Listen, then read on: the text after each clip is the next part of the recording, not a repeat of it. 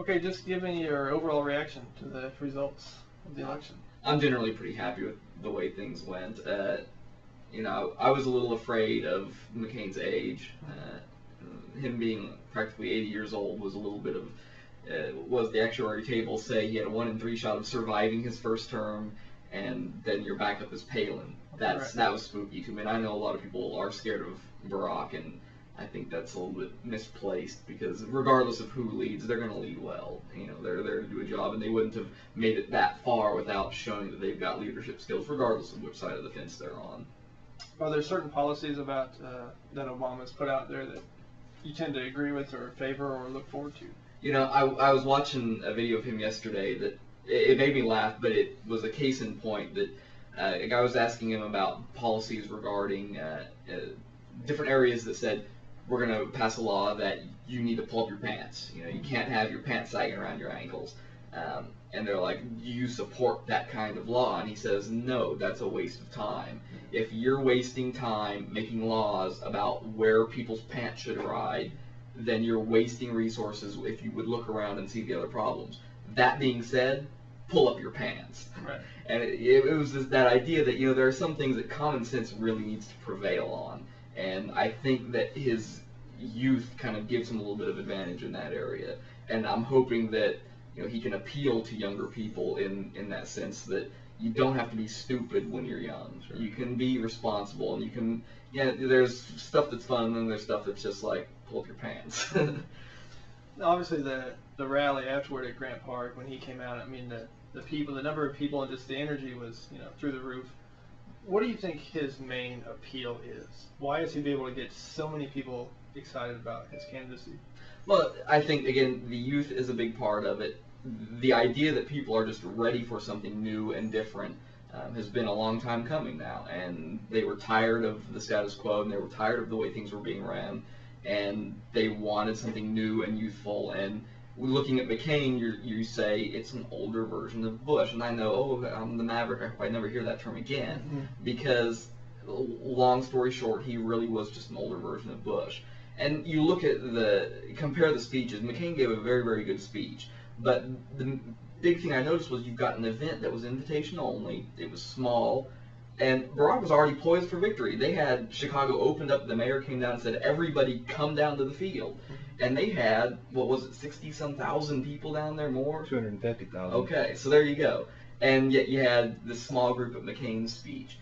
Whether or not you knew you were going to lose, it seems like Obama was already poised to say, this idea of openness and, everybody come down, and I don't care if I win or lose, I can end up losing this, and I'm still going to get this huge crowd out here, and we're going to go out the way we need to go out. And I think that's very appealing to people. Obviously, maybe for some faults of his own, Bush's popularity is kind of in the crapper, and a lot of people take liberty with taking jabs at him. But do you think, with the expectations Obama has, if things don't go swell early on, that people will jump on him? I think that one of Obama's biggest strengths is his speaking ability, and I think that was shown last night. That was one of the best presidential speeches I've ever heard, his acceptance speech. And I think that's where you're going to see a lot of the difference. Bush is a smart guy, and there's no denying that. But when push came to shove, he couldn't dictate. Yeah. He couldn't get points across in a way that people felt confident in him.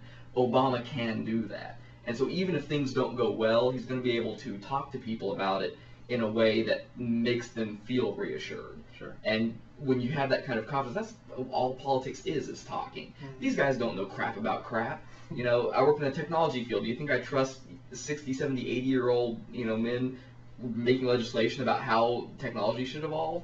Not on my life.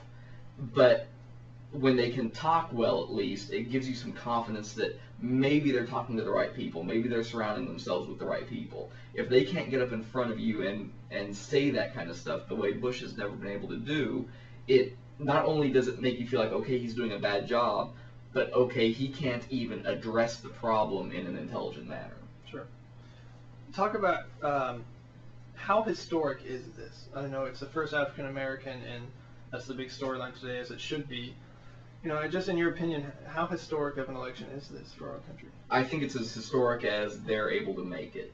You know, Obama can write his own ticket at this point as far as that goes. It can be historic and end up in the crapper if he screws it up. At the same time, it can be historic and he's got the opportunity to make not just, oh, I'm the first black president, but, oh, I'm the president to come in after all of this crap and pull us up by our bootstraps and get things back on track and restore faith, you know, not just along racial lines, but just across the whole. And that's what presidents are supposed to do. Every president should be doing things that are historic.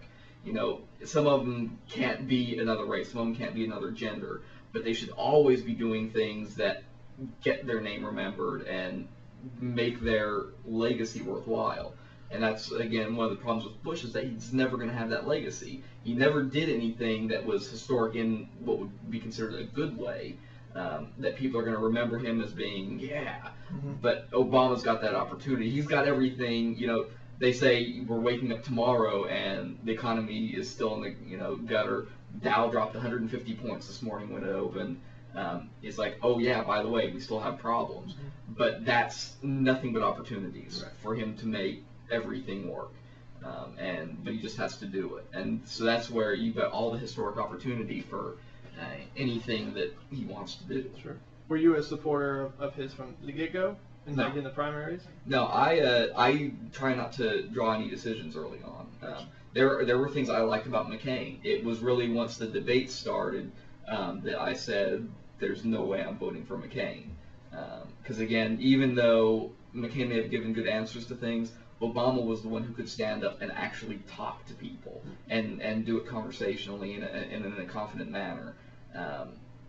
I'm Republican on some things. I'm Democratic on some. I'm more than, you know. I'm more blue than red, and I admit that. Are you registered as Democrat? I believe so. I actually don't know for sure.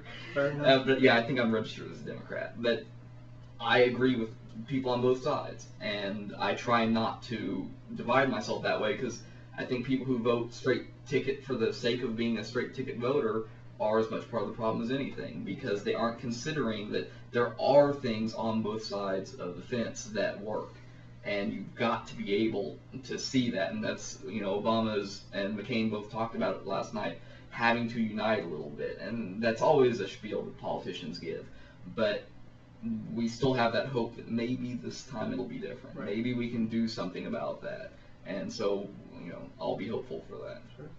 Well, I appreciate your time. Yeah, no problem. Thank you.